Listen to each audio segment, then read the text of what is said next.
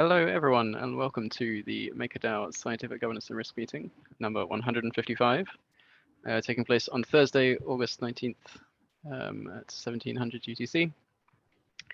My name is Long4Wisdom. I'm one of the governance facilitators at MakerDAO. I'll be chairing this meeting today. And I'm joined by a bunch of Maker people, some new people as well, which is awesome.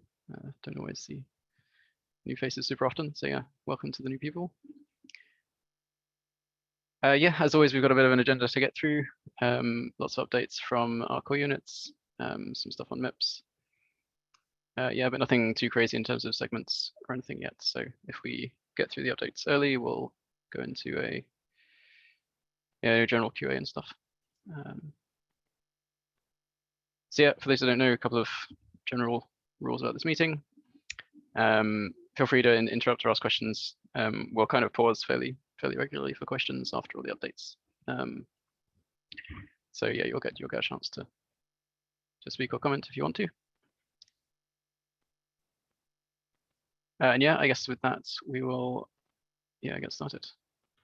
And I'm now realizing I didn't check any of the polar executive status prior to this meeting, so I'll do that briefly now. So we have 3 ratification polls. I'll leave them for the MIPS section anyway, because they're less immediately available. So we had 3 green light polls which are in progress for Chorus Global FinTech Fund drop, Nebula Capital Partners drop, and Capital Now Cannabis drop. All 3 of those have 10+ days remaining. If you haven't voted, plenty of time, but please do. I think so a couple of them are currently failing and one is currently succeeding. One is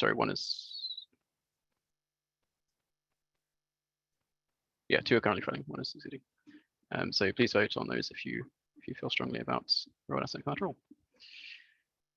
In terms of executives, we still have the executive from the week before last yet to pass. If you haven't voted, please consider doing so.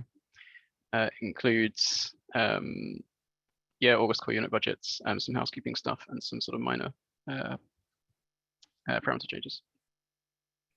And we're planning to have another executive this Friday, which will include a whole bunch of stuff. We are going to include the increase for the success debt ceiling. I believe we're going to be including onboarding for Matic and for something else which I've forgotten. Maybe Peyton can tell me. The PSM. Yes, that's right, the tax PSM. And I think there's some parameter changes in there as well. Lots of kind of stuff to look forward to, lots of stuff to vote on. Right, so we're going to change up the format slightly and move to forum at a glance now, and then we'll come to core units after that. I think it's Artem. Yep. Do you need to share your screen, Artem? Yes, please. There you go.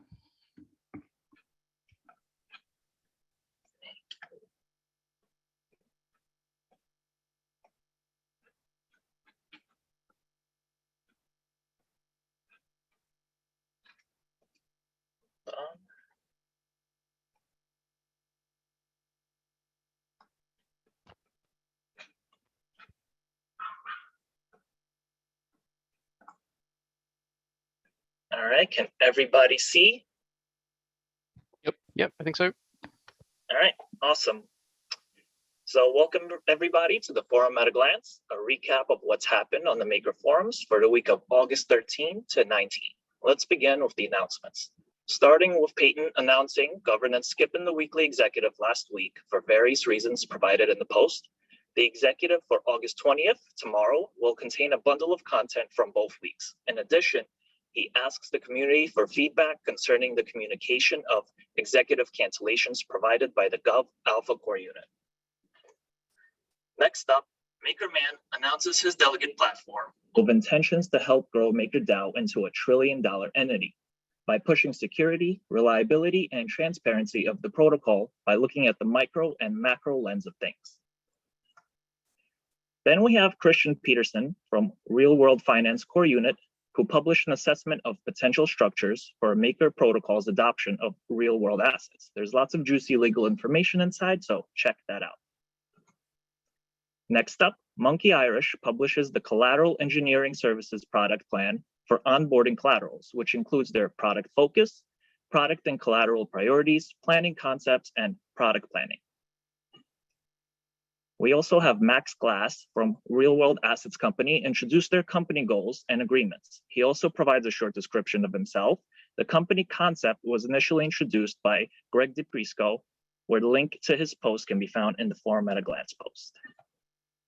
Next up, Alec from Content Production Core Unit published DAI on Different Networks number 6, which provides the community an overview of DAI circulating on non-ETH blockchains, layer 2 rollups, and various bridges. First-time poster Wojciech from ETH Brno is asking the community for some funding to help with his expenses for their Ethereum-focused con in Czech Republic. Their goal is to address new users and provide education through informational talks and networking. And finally, Ace was the first to let us know when DAI outstanding blew through the 6 billion mark. Awesome. Jumping into active discussions, Matthew Rabinowitz speaks to the community stating that 6S has fulfilled all of its requirements and is requesting to raise their debt ceiling to the proposed 15 million, along with an initial stability fee of 3%. We have Lucas, who seeks community feedback and comments on his update for progress by Centrifuge and their priorities going forward. Next up, Primos from the Risk Core Unit presents the first adjustment proposal along with some analysis for decreasing liquidation ratios for various vault types. The Risk Core Unit team decided to skip the signal poll for these changes due to a lack of objections during their initial post. There are 2 discussions from last week that are still going strong and fairly active, which are the institution and long-term vaults proposal by Derek and the Protocol Engineering Core Unit, as well as the fixed rate vault proposal by Vamsi from Deco Protocol. There was only one signal request this week where Sam suggests following DYDX and permanently removing flashment fees to help improve both arbitrage for DAI and front-end user experience. This comes with a risk of potential lost revenue, but DYDX has shown its liquidity pool increase almost tenfold, which is large enough to cover most use cases. If you're looking for more information on the forum at a glance, you could go on the Maker Forum post, where it includes the 3-point summary, ongoing initiatives, and help wanted. That's it. Cool. Yeah, thanks, Autumn. As always, you can find the full forum glance in the post in the forum. Yep. Thank you, David. Cool. All right, we'll move on to core unit updates then. I'll cover GovAlpha quickly, and then we'll move on to more interesting people. Yeah, so 3 highlights this week. Just kind of giving a brief update on delegation to start with. So GovAlpha has started tracking delegates' participation and communication. These metrics show up on the vote.makerdao.com voting portal. Currently, these are both calculated manually. In the future, participation will be automatic because that's something that's fairly easily automated. But comms will probably just remain manual because that's much harder to automate. So yeah, Sebix and I did that this week on Monday. So thanks to him for helping with that. We're also still working on getting custody platform integration so we can sort of unlock delegation for some of our larger holders. Yeah, so the kind of things we're pursuing to get this to happen right now are, so the VCs themselves are putting pressure on the delegation platforms that they work with because it's kind of them who want to delegate. DOX has been actively offering and sort of emailing some of the larger platforms, offering help integrating if they need a hand, sort of understanding the contracts, etc. And I'm hoping I'm not sure if this has happened yet, but I'm hoping the delegates themselves can sort of start like atting them on Twitter and sort of saying, hey, can you like integrate into like delegation, please? And also potentially like Nadia and the Growth Core Unit can lend a hand as well. Sort of pursue that over the next few days. Yeah, so I'm aware like sort of delegation hasn't maybe taken off as quickly as some had hoped for, but the main reason is because the larger holders aren't able to delegate right now. And we're sort of trying to fix that as quickly as we can. Second highlights, the Maker operational manual, which is will be the platform that has a bunch of governance focused documentation on it. Proceeding fairly well under sort of Gala's management. Gala's been looking after it and sort of organizing content for it and sort of reaching out to the people who need to sort of create and review things, which has been great. Maker Breaker and Astronaut This have been producing some documentation specifically for the real-world asset vault parameters. So like doc and tau, and I think it's Astro, but could be getting them mixed up. It's covering the finally covering the flap and flop parameters because we haven't really had docs for those up to this point. Yeah, so I'm reviewing those. Peyton's working on documenting the governance votes hashing stuff. So like for those who don't know, we hash the contents of polls and executives. In theory, people can like take these hashes and go check that's what is being displayed in the UI matches what's on chain. In practice, I don't think anyone does this, but we're like we're writing out like the process so that if people want to do it, they can. I believe someone from protocol engineering, might be Derek, might be handed off to someone, is also working on updating the executive audit documentation for governance as well, which I think needs to be updated to cover the DSS executive stuff a little bit. So final thing I was to kind of highlight is just like how onboarding is going in GovAlpha. So pretty well, basically. Sevix is now spending the majority of his working time with us and looking to sort of take on more projects, which is great. He's looking to do kind of MIPs and forum organization stuff a little bit more. As I mentioned, Gala's been doing well on the Maker operational manual. Might try and sort of expand responsibilities she can take up as her availability allows. And then, yeah, as I said again, Astro and Maker Breaker have been doing some documentation.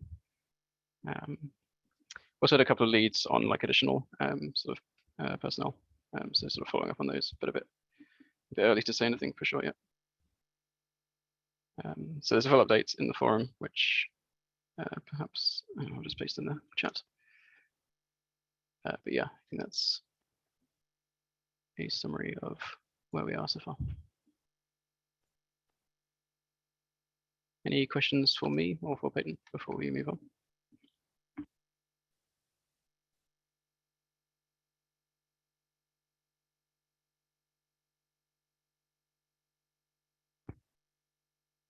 Okay, looks like no. So yeah, we can move on to, I believe, protocol engineering is the next cool units. Derek, are you updating this week?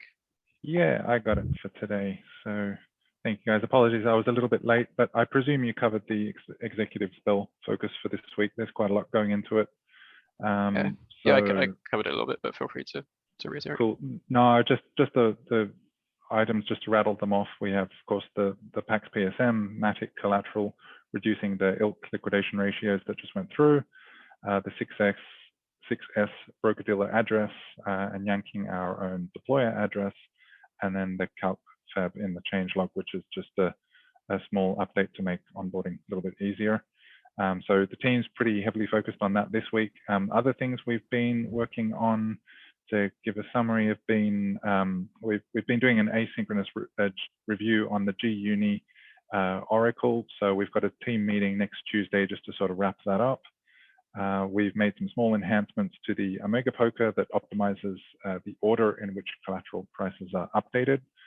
We're about 3/4 of the way through setting up the Gurley network. So there's just a few outstanding tasks there to wrap up. Real world asset support, remove some permissions, update some changelog versions, and general tidy up. So we're moving along quite well there. We also wrapped up some Etherscan spell verification improvements for mainnet, Kovan, and Gurley this week as well. In terms of collateral, we deployed Matic to Kovan And I've still got a little bit of work to do on the staked ETH debt ceiling limits. We had a discussion on Monday about this one, that we just want to define some debt ceiling limits for staked ETH. So I hope to add that to the forum post that Tal created quite some time ago. In terms of other discussions this week, I'll leave the institutional vaults parameter discussion to Nadia, or can jump in later if we want to talk more about that. The Starkware core unit, we've had some liaison discussion with them specifically regarding the risk framework. So hopefully we'll be able to help them fill in that a little bit more as part of the multi-chain strategy documentation that we created some time ago. And Arbitrum, just prior to this meeting, we had a discussion around talking through the technical approach that we want to do with those guys and the work that's involved, and quite a little bit more effort to do there, but that's moving along nicely. So yeah, anyone else from the PE team want to jump in with anything else that's keeping you busy? I think most of our focus at the moment's on the spell because it's a big one, but if there's more, feel free to jump in, or with any questions from anyone else, let me know.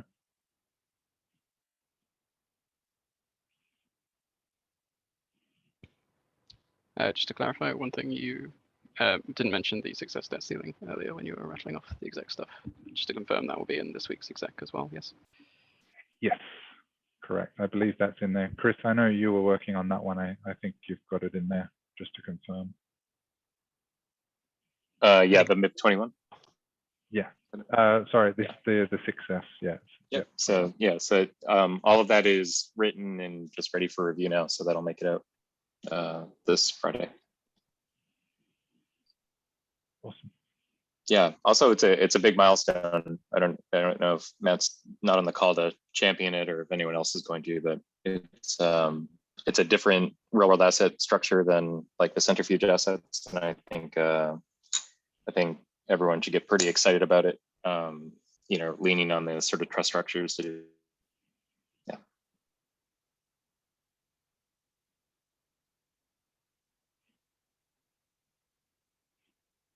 Great. Okay. Yeah. Thank you, Derek and Chris. All right. So that brings us to oracles. Nick, welcome back. Do you have an update for us this week? Yeah, for the first time in a while. But it was so yeah. This week came back. Spent the first couple days kind of just getting back up to speed with everything that's going on, both on the Oracle side of things as well as in general on governance. So I think in the going out tomorrow, right, is the executive vote for onboarding Matic. So we've done the mainnet deployment for that. Those oracles are already live. The feeds have not all upgraded yet. I think we're at around 21 out of 25. So there's 4 more still to go. But with a quorum of 13, we're in pretty good shape. That shouldn't be a blocker for launch. Then we're working on a few other things. So staked ETH being one of them. So shortly before I left on vacation, we'd had a call with the Matic team to kind of review their kind of smart contract Oracle solution for staked ETH. And while from a decentralization point of view, it was quite solid. You know, no comment on how, you know, secure the thing was, but it looked really solid in terms of the implementation that it used. The problem that we identified really quickly was that it was not gas efficient, and that even though we could have probably fumbled it around a bit to make it a little bit more efficient, that there was just a fundamental kind of design characteristic of the implementation and how it kind of uses and verifies Merkle proofs that was just prohibitively gas expensive. And so at that point, we had to kind of say, okay, well, instead of going with this kind of bespoke, kind of more decentralized Oracle model, like what we did with the Uniswap LP tokens, we're falling back on the regular pattern of just using feeds, right? So with Merkle proofs, right, you can prove that that was the data that was on chain, right? With feeds, right, you're just getting a consensus among the feed kind of validator set of what they think is the truth. So in terms of decentralization, it's probably a little bit worse to use feeds. But in terms of using code that's never been hit before for millions of dollars, it's probably safer to use the feed implementation anyway. And we already trust the feed model for everything else, so we're not really taking on any extra kind of security concerns. And in the end, Oracle's is kind of a cost function, right? So we do have to put a significant amount of weighting on how much these things cost. So that was a really long-winded way of saying that we should have the feed-based backend for staked ETH done hopefully within the next week. And then we'd need maybe a week or so for testing. But shortly after that, we could probably onboard staked ETH. And I say that knowing that I'm kind of the on the Oracle side, that I'm kind of the blocker here.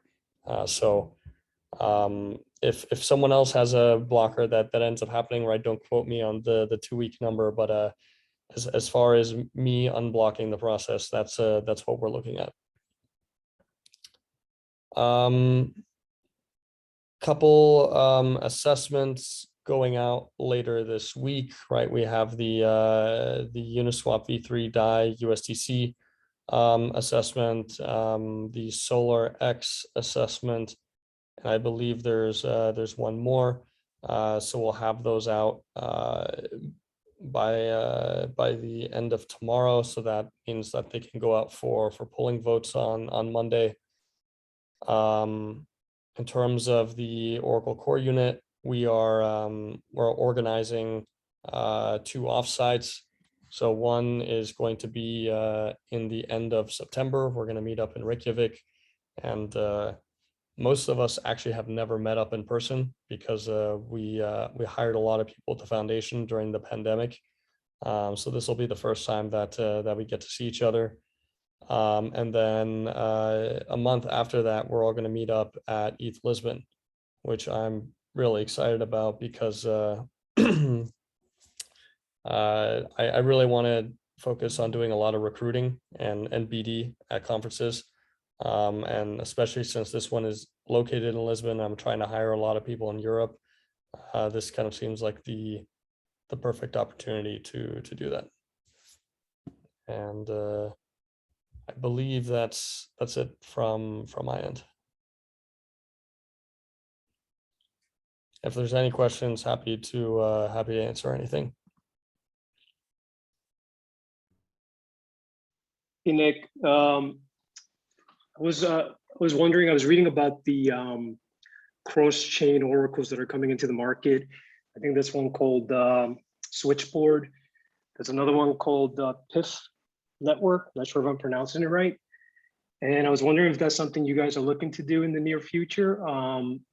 I think what they claim to do is they connect like high fidelity market data to the decentralized world, and they're also looking to do it to the cross-chain, right, with all these other L1s kind of doing things together.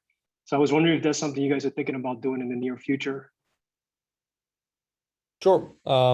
So our Oracle stack is like fundamentally like blockchain agnostic. So every component really has nothing to do with Ethereum until you get to the very last step of push the value to Ethereum. So we can actually just push data to any blockchain or any L1, any L2. That's not really a big technical lift for us. I do think we still probably need a kind of cohesive strategy on which chains we should target and kind of maintain support for. So I don't think, you know, going after all of them at once is probably the best idea either, right? Better to just choose, say, okay, you know, we want to bet big on, say, Optimism or Polygon or, I don't know, Solana or something, right? That being said, the blockchains that are EVM compatible are going to be the easiest for us to do, because it just means that we can just redeploy our Ethereum-based smart contract oracles on that chain. And then just the only thing we have to do is just spin up a relayer to start pushing values to that chain. Now, I think you brought up an interesting point, like high fidelity.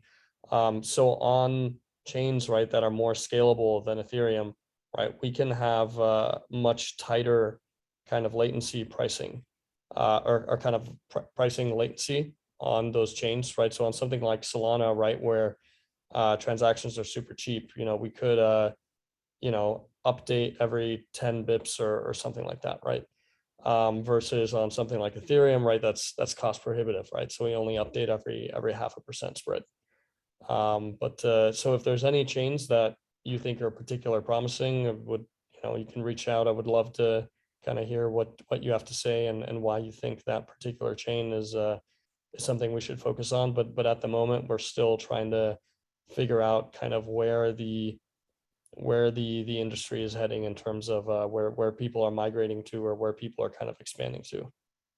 Yeah, so here I was lurking around the Jet Protocol Discord or forum actually, and they actually are considering, you know, one of our nemesis, and somebody else brought up obviously the Oracle's core unit. So yeah, I would take a look at Jet Protocol. They're trying to decide right now, the community, and what they're going to use. So obviously, you know, Chainlink is the front runner right now from what I've read, but yeah, reach out to them. And just circling back to Stake ETH real quickly, if you could just quickly explain to me, how is it going to work when, you know, ETH 2.0 launches and folks are able to not only stake it to protect the network, but also use it to borrow on something like Aave or even in Maker? How does the oracles, how do you guys are going to make sure that, you know, somebody doesn't get liquidated on Aave and that stake ETH is no longer in the hands of the borrower in Maker, if that makes sense? So when we're talking about staked ETH, we're talking about the Lido staked ETH in particular. So when you stake with Lido, right, you're not staking yourself basically, right? Like they are running the validator node, and your staked ETH is basically just an IOU, right? That you can go to Lido and redeem. You can't actually redeem, at least not until post-merge. So instead what Lido does, right, is incentivizes liquidity, right, between staked ETH and ETH. So for all intents and purposes, the staked ETH token is just an IOU token. And so you are inherently trusting in Lido, right, not to have some kind of screw up where a bunch of stuff gets slashed. But if a bunch of stuff were to get slashed, right, the staked ETH price would drop, right? Because they, you know, feasibly they'd probably be insolvent to some degree, right? Because they could not, you know, handle all the redemptions that they, you know, would owe, and so there would not be kind of one-to-one redemptions. So I don't particularly think it matters, right? If you take out a loan and staked ETH and you get liquidated, it's not a big deal. Someone else just buys up the IOU, right? The IOU is still worth something, but we're entirely dependent on Lido's kind of staking implementation to ensure that you know, you can get redeemed one-to-one post-merge, and it's not just a function of liquidity. Oh man, thank you. Okay, yeah, thank you, Nick. Thank you, Frank. Let's maybe move on to risk. Pretty much, do you have an update for us this week? Yeah, be a bit shorter this week. So we are proceeding with our institutional vault risk assessment, and I believe Kirill from Nexo also made a comment on the forum confirming that they would be willing to increase their debt exposure by 100 to 200 million under these offered conditions. There's still some discussion about origination fee levels, but all in all, I think we're close to reaching a final agreement. And then apart from a risk assessment and work that needs to be done by protocol engineering to have these special vaults implemented, I think we'll also see some scenario analysis, which will be made by Mark, who just recently joined Real World Finance. And this analysis will show how this kind of vaults could impact Maker on fee collection going forward, which is essentially the one of the main decision points at offering this kind of vaults of particular sizes.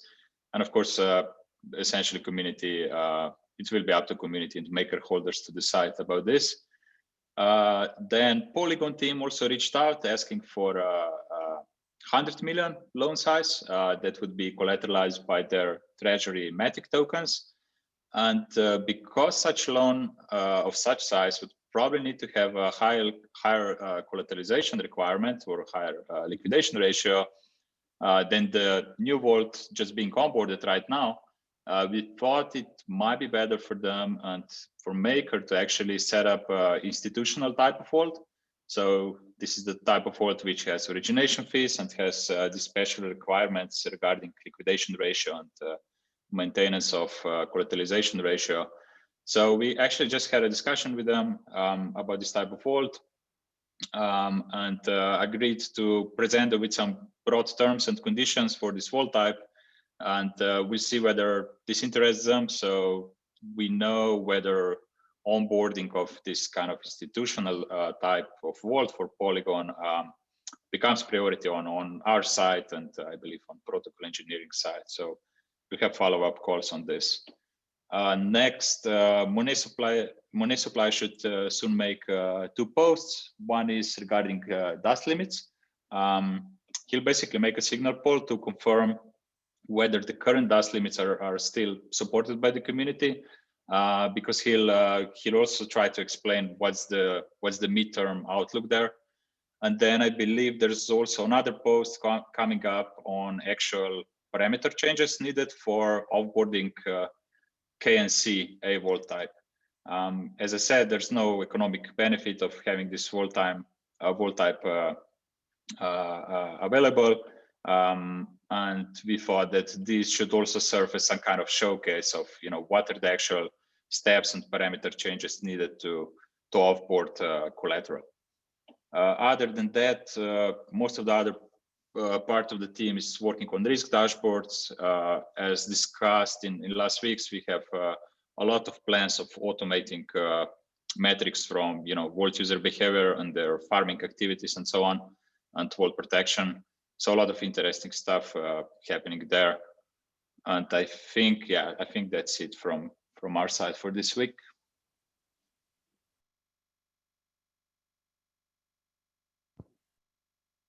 Cool. Yeah, thank you very much. I guess bit of maybe an unfair question, but have you considered, I guess, the whole like treasury vault type thing for any other tokens other than Matic? Are there any others you think that are kind of good, kind of prospects, I guess, to chase in that area? Yeah, I think Nadia could talk about that because the growth team is mostly in touch with teams. Yep, that's a good point. So maybe we'll leave that for Nadia to answer in a minute. Cool. In the meantime, let's maybe have Reward Finance. So Seb, you around? Yeah, thanks. So this week we have published a new silver audit by Sherman and Sterling and our on-chain securitization roadmap. So it was a kind of a work to summarize everything they said. So I discussed the document with them today, and so that's why we publish it just after the call. We are also working with GST, moving forward, working with GST Capital that is also investing in some Chainlink pools. They have some experience in securitization, so we are happy to have them work with us and see what they think as well on those deals, because at the end of the day, we are on the same side. We have participated in the MIP 58 Cayman Real World Asset Foundation Know Your MIP call on, I believe it was yesterday.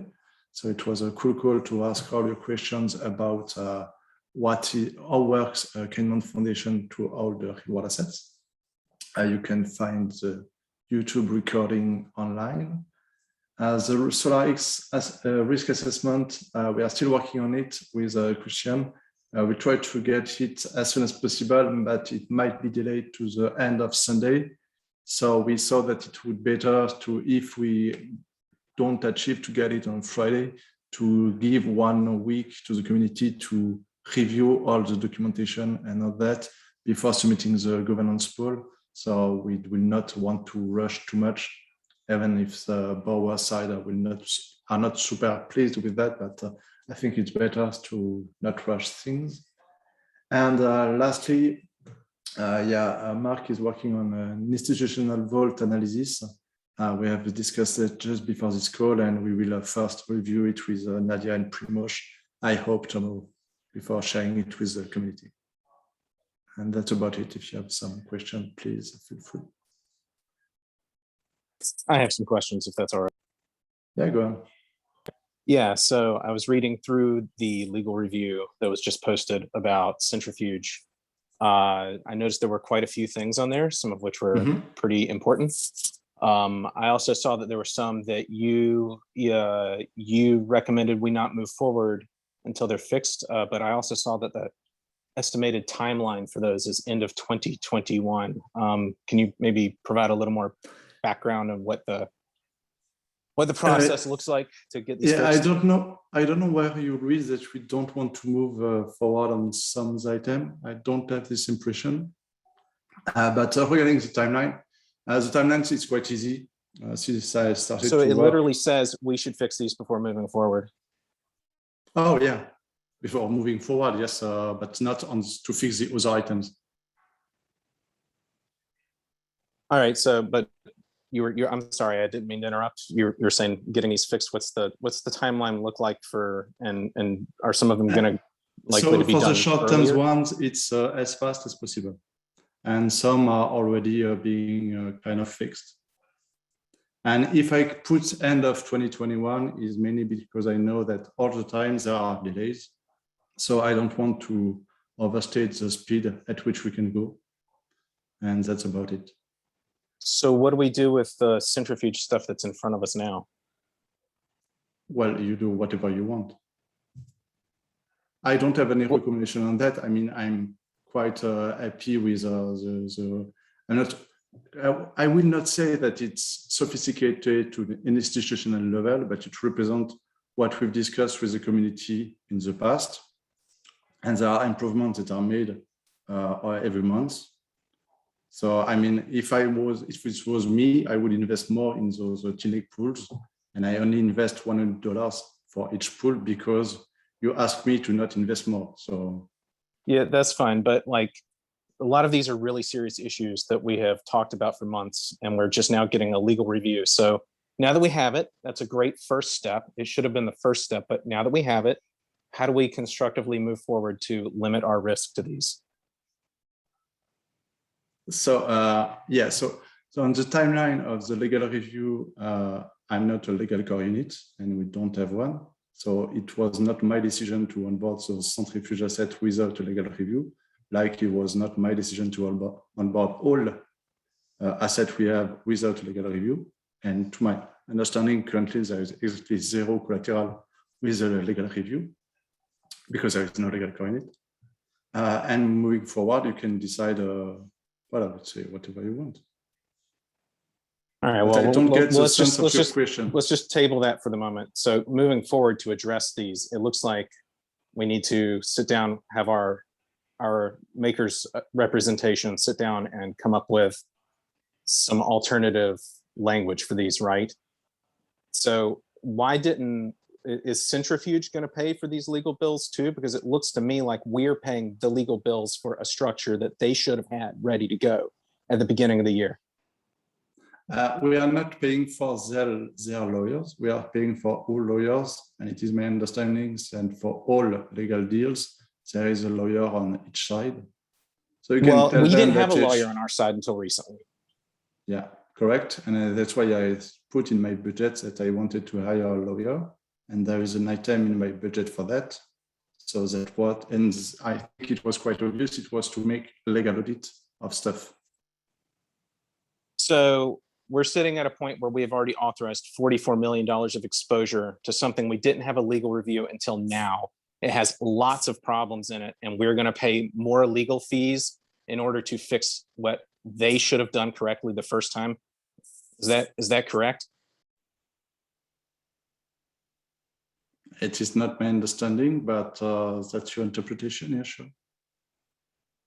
No, we're going to be paying more legal fees to fix Centrifuge's legal structure. Yes or no?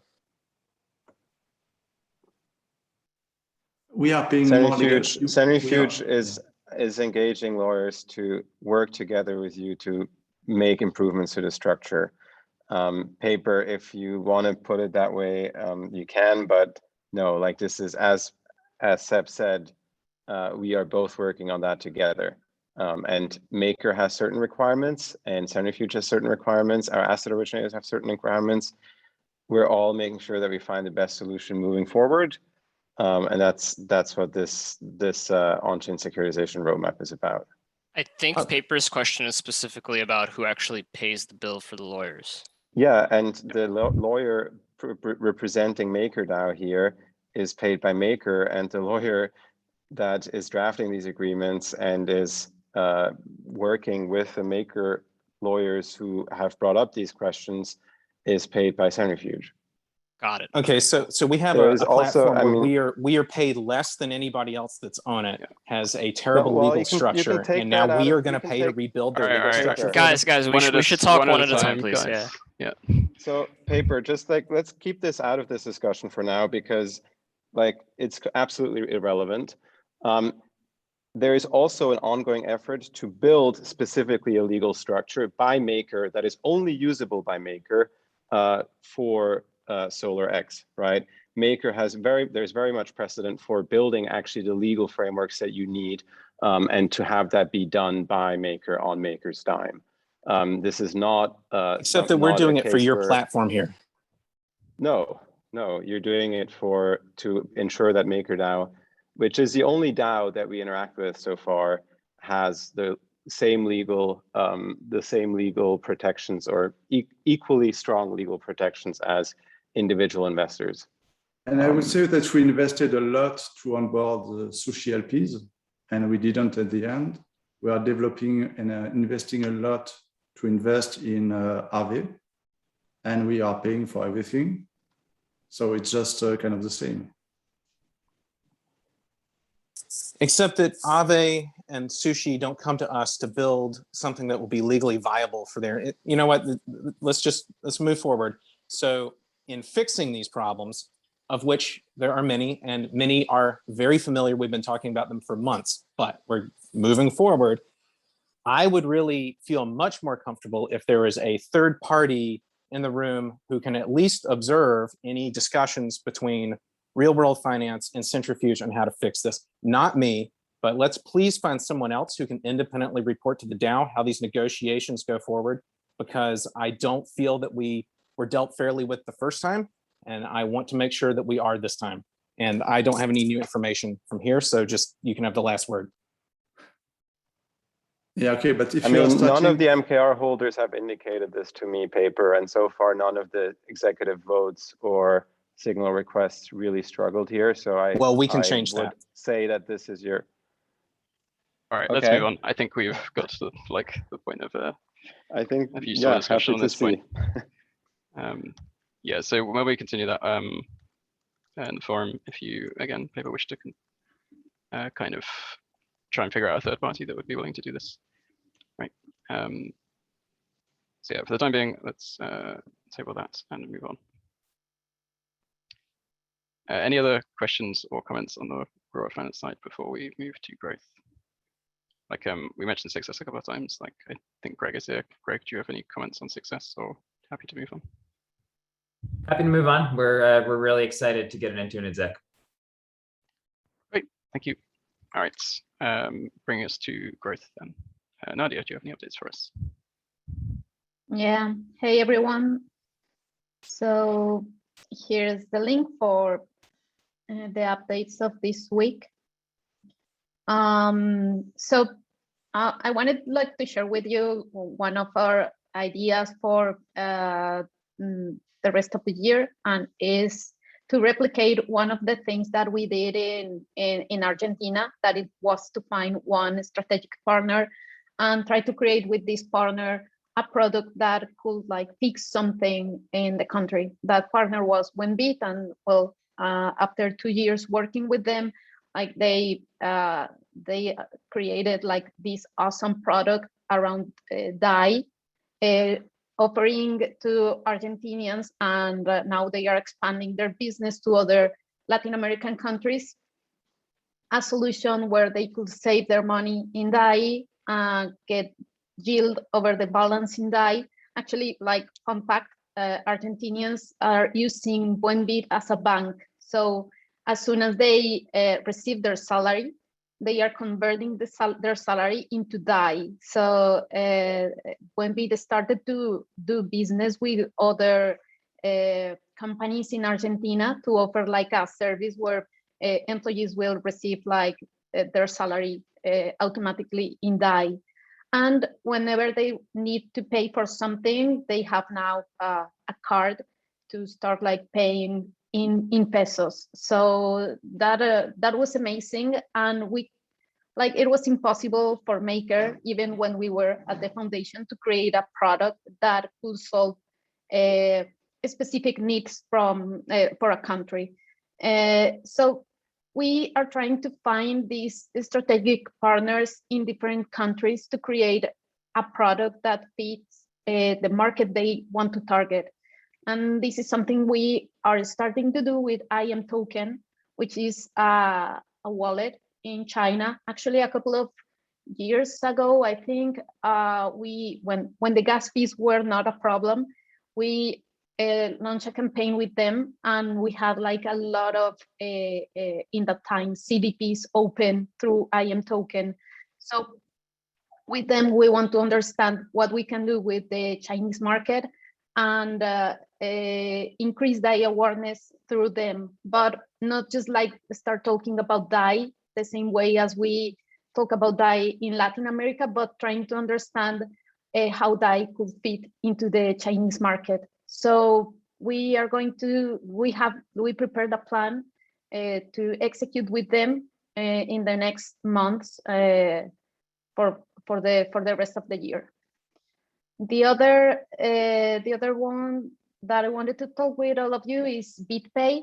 Jen created a post in the forum asking for everyone's feedback, because with Bitpay we want to create a campaign to increase the usage of DAI in that platform. And I don't know if you read Jen's post, but it's funny because apparently people who use DAI use DAI to like buy luxury things, like for example renting yachts. So that's good. DAI users are like interesting people. And I also want to give a welcome to Rajiv. He's joining the team. Actually, he joined the team yesterday. He will be covering Europe with Gustav. And his background is super interesting because he comes from the traditional financial markets. He's like very used to work with institutions. He worked with JP Morgan and Reuters. And a couple of years ago, he started to work in crypto, working with Wirex and Luna. So we think it will be great to have him on the team, because he can like help us a lot with these new ideas that we want to implement around the Maker and institutions. So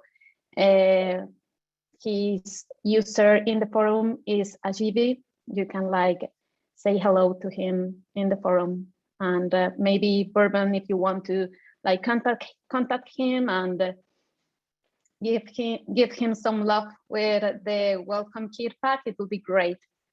The start of the week is we are going to be participating. Jen actually will be participating in the Web3 Fashion Week. So it's like a big NFT conference where different creators in the fashion and art will be talking, and Jen will be talking about why DAI and Maker around NFTs. Also, you can find a tweet of the week. We want to like, because well, in the forum, I just talk about just a couple or maybe just one integration, one partner, but actually in the week we have a lot of integrations. So in our MakerDAO growth, in our Maker growth Twitter, you can find a lot of these new integrations. And also, well, I hear that Primož and Derek mentioned something about institutional vaults. I didn't include it in the updates that you will find in the forum, but it's like this. Like, we thought about institutional vaults as vaults that could like have different risk parameters, because we were like expecting like larger amounts of DAI minted from those vaults. So we're starting working with Nexo. You all know about that. And at the same time, thanks to the visibility, and this is very interesting because the forum is like a lot of people is reading the forum. We have been having different institutions in the sense of like other crypto banks, crypto companies like Nexo, but also crypto projects with a crypto treasury. And that's what going to your question, Long. Yes, like one of the first ones interested in open an institutional vault with their token treasury is Polygon. But yes, we also have other projects that will be interested in doing something like that. And I think this is good to start like to think about, because sometimes we were just discussing with Primož that in the case of Polygon, maybe it doesn't make sense to have a regular Maker vault for Matic, because everyone is using their Matic inside the Polygon network. So it will be like more logical to have an institutional vault for the Polygon team, so they can use their Matic to mint DAI to, I don't know, for more acquisitions, and also to deploy that DAI into the Polygon network. So this is interesting, and I think this opens a lot of new opportunities for us when we want to onboard a token as collateral. Maybe we shouldn't just like do it as we always do, have like a regular vault, but maybe we could like think about having institutional vaults first, and then if we see that their community will be interested in having like a normal vault, we could go for that. So that's on the institutional side of the vaults, but also we had a very interesting conversation with Aave about the D3M module that will bring a lot of liquidity of DAI into Aave. We want to launch that product as soon as possible so we can start testing this D3M into the Aave B2 market, because depending on the results and depending on how we see that this is working, we could also expand the D3M into the Aave ARC, that is the Aave for institutions. So that will bring DAI to these private pools for institutions, and that will be also something super exciting for the protocol. So that's all for this week. If you have any questions. Hey, Nadi, real quick, speaking of Aave institutional, are you guys still talking to Fireblocks? I saw that the former SEC guy, can't remember his name, but whatever, he's joining them. So yeah, anyways, I just wanted to see if you guys are still working with Fireblocks. Yeah, we are. Yeah, we are. Oh, good to hear. Perfect. Thank you, Nadia. And yeah, I feel like you answered my question, so appreciate it. Cool. All right. Content production. Do you guys have any updates for us this week? Yeah. I realize we're at the top of the hour, so I'll make it pretty quick. For those of you that don't know me, I'm Jerry from content production. Seth is out today. He's not feeling well. We got a lot of stuff posted in the last few weeks, video and audio, and the die on different networks, etc. We also are making die on different networks as well as the Maker Relay available on our Substack, which you can go here for. Otherwise, we are tabling the mascot contest right now.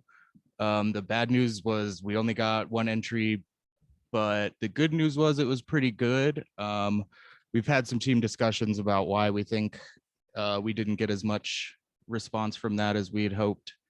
And one of the main things that came up was that previously when people have tried to do art contests with MakerDAO, in particular, Richie from ComDev, there was a lot of response that it seemed like it could be a scam because there wasn't anything on official channels about it. So that's kind of one of the things we're considering is possible. But on that note, we are currently working with GovAlpha on a MIP for asset allocation, so core units can request access to different properties that are proposed to be owned by the DAI Foundation. And lastly, we have conducted a lot of the brand research interviews. If you haven't already, please schedule one with us. We are currently working on discussing and figuring out how to summarize and follow up on that essentially in the forums. So keep your eyes out for that. And otherwise, we have upcoming AMAs with both Planet X and the Centrifuge team that will be announced soon. And here's a link for that. And otherwise, if anybody has any questions or anything, I'd be happy to answer those now. Jerry, I'm curious, is content production looking for somebody specializing in brand and like brand systems? Potentially. Right now, we're kind of discussing a structuring of the team in different regards based on a lot of the needs we've fielded from the community, including with the marketing forum informal poll that we had up. And we're also following up on that in the same post with the brand research stuff. In terms of the structuring of the team right now, we're kind of deciding which directions we should go in terms of those responses, more or less. Does that make sense? Yeah, more or less. Basically, lots of restructuring. You're not totally sure if a person that specializes in brand and brand systems is like necessarily helpful at this stage, right? Is that kind of what I'm understanding? Pretty much, yeah. Not a hard no, but basically, yeah. Understood. Thanks.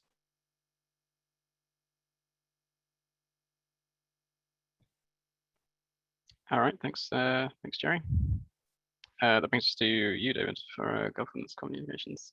Yeah, indeed. And I do not need screen access because I am just going to read my bullet points that I have today.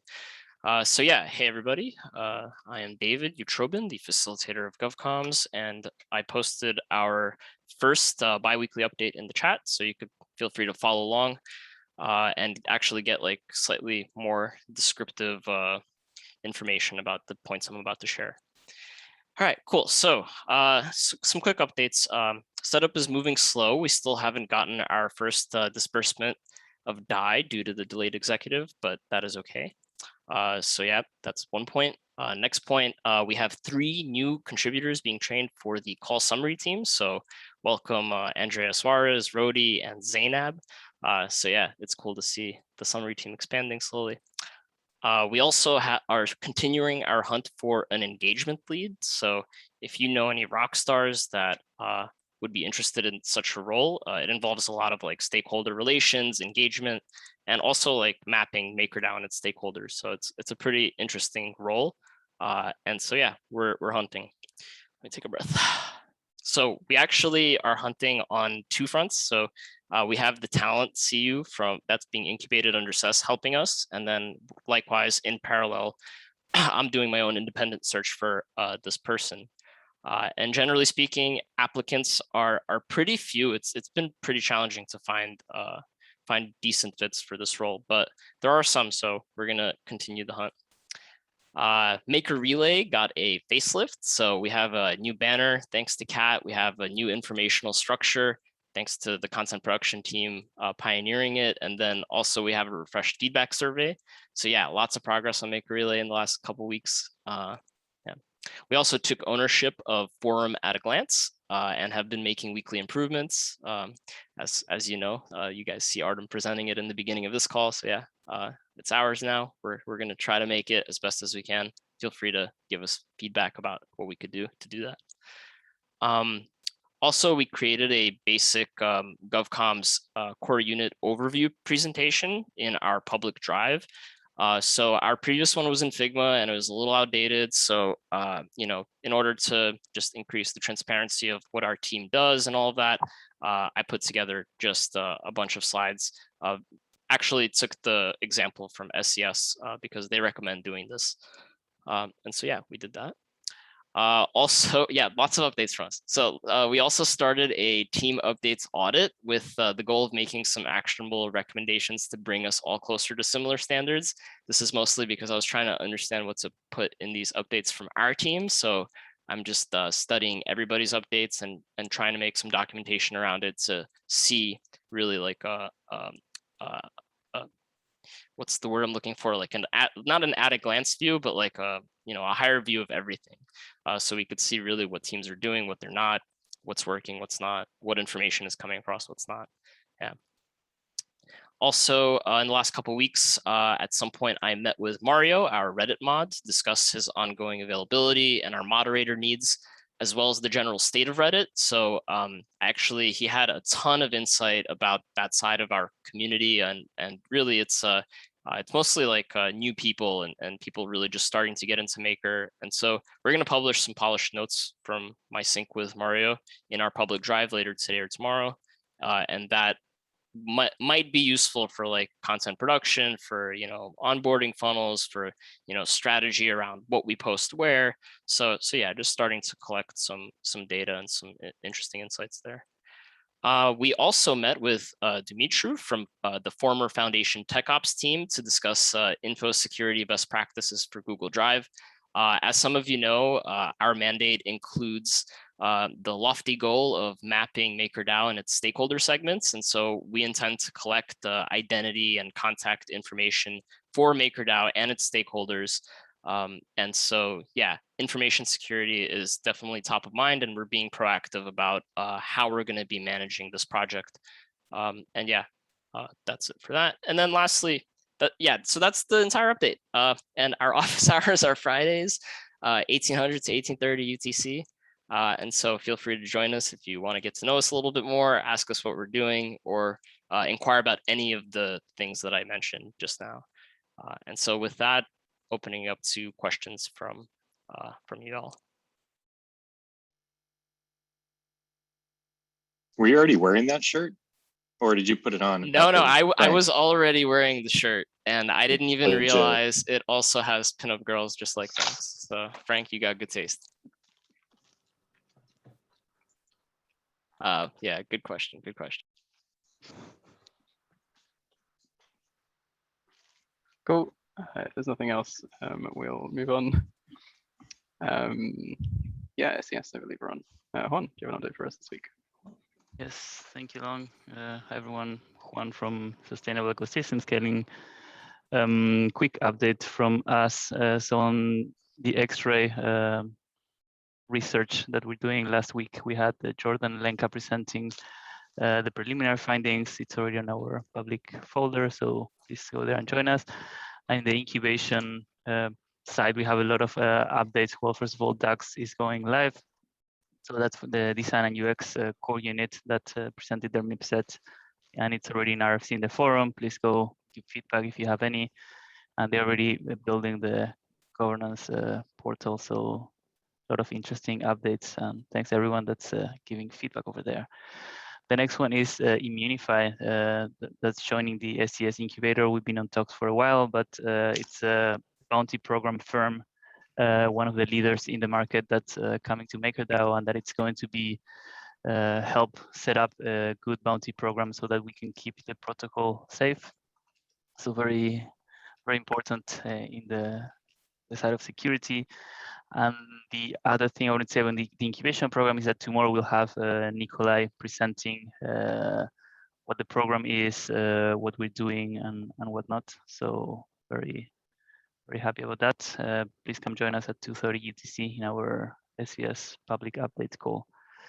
The next one with the community, pretty busy weeks, the couple last and the coming as well. But yesterday we had the real world assets collateral onboarding with Capital Now Cannabis, a Canadian firm trying to help firms that are growing the cannabis industry. And then we had Seb Derivo presenting MIP 58, so the WRA Foundation. Next Wednesday, okay, the date is wrong, sorry about that, but next Wednesday, 25th, we're going to have another MIP6 for real world assets. And we're going to have a Bamsi actually coming on and explaining how the DECO protocol works. We're mainly going to be focusing on the technical part. We still don't want to go into the MIP. So if you guys are interested, it's going to be, the agenda is going to be published soon TM. And the last ones coming, we will have the team from Starknet coming to present on September the 1st. And yeah, we have DAX and the Strategic Happiness to confirm the date also soon TN. So that's it. This is where you can find us, our office hours, and let me know if there are any questions.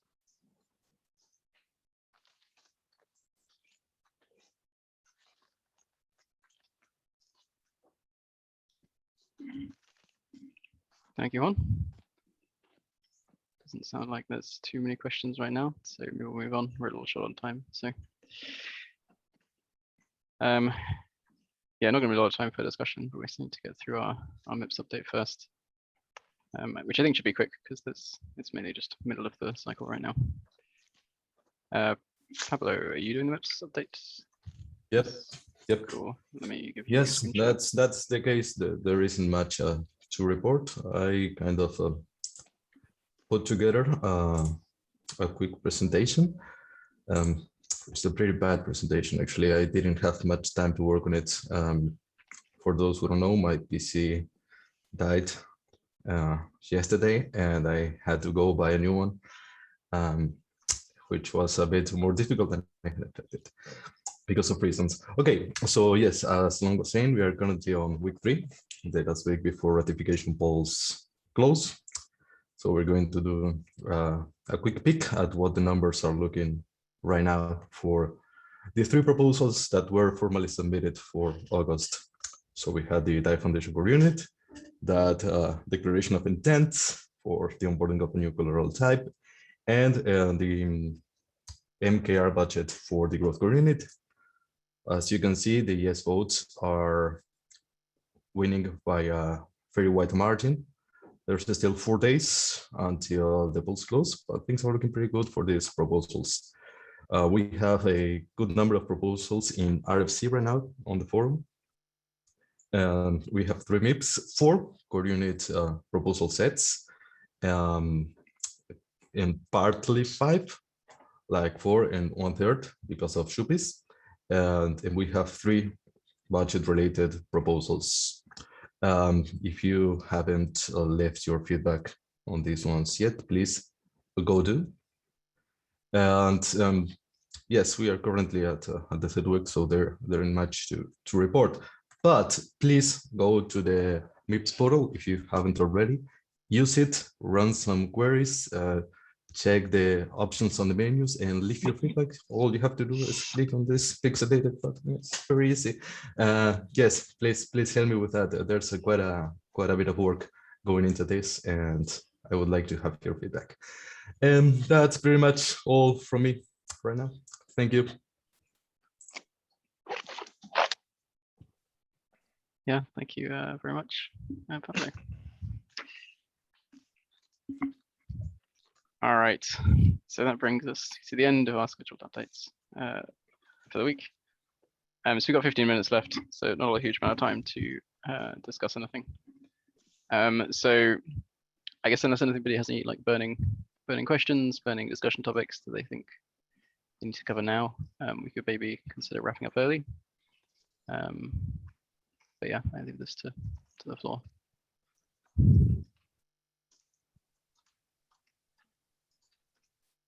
Go vote on the executive, please. I beg you.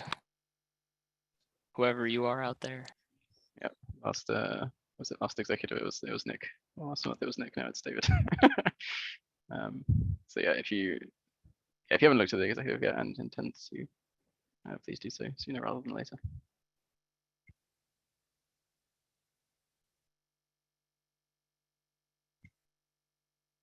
Well, that actually reminds me of one other thing I should call out.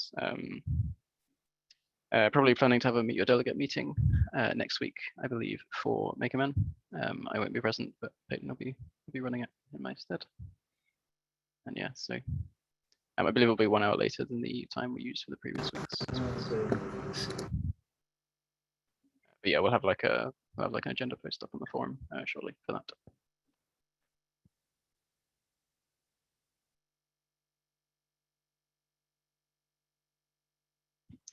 Anything else anyone wants to call out in terms of meetings coming up soon? Anything you want governance to check out? Any final words? If you're not already subscribed to the public MakerDAO events and votes calendar, I highly recommend it. It has everything on it. You won't miss the beat. I'll post the link in the chat. Yep, always a good thing to remind people about. All right, I think that can maybe wrap us up. I guess one of the things I should say, I'm away next week, so it'll be Peyton doing meetings, and is the point of contact if anyone has governance questions. All right, with that, we'll call it for the week. Thank you everyone for joining me, and yeah, please continue discussions on the forum if you wish. Thanks everyone. Thanks everyone.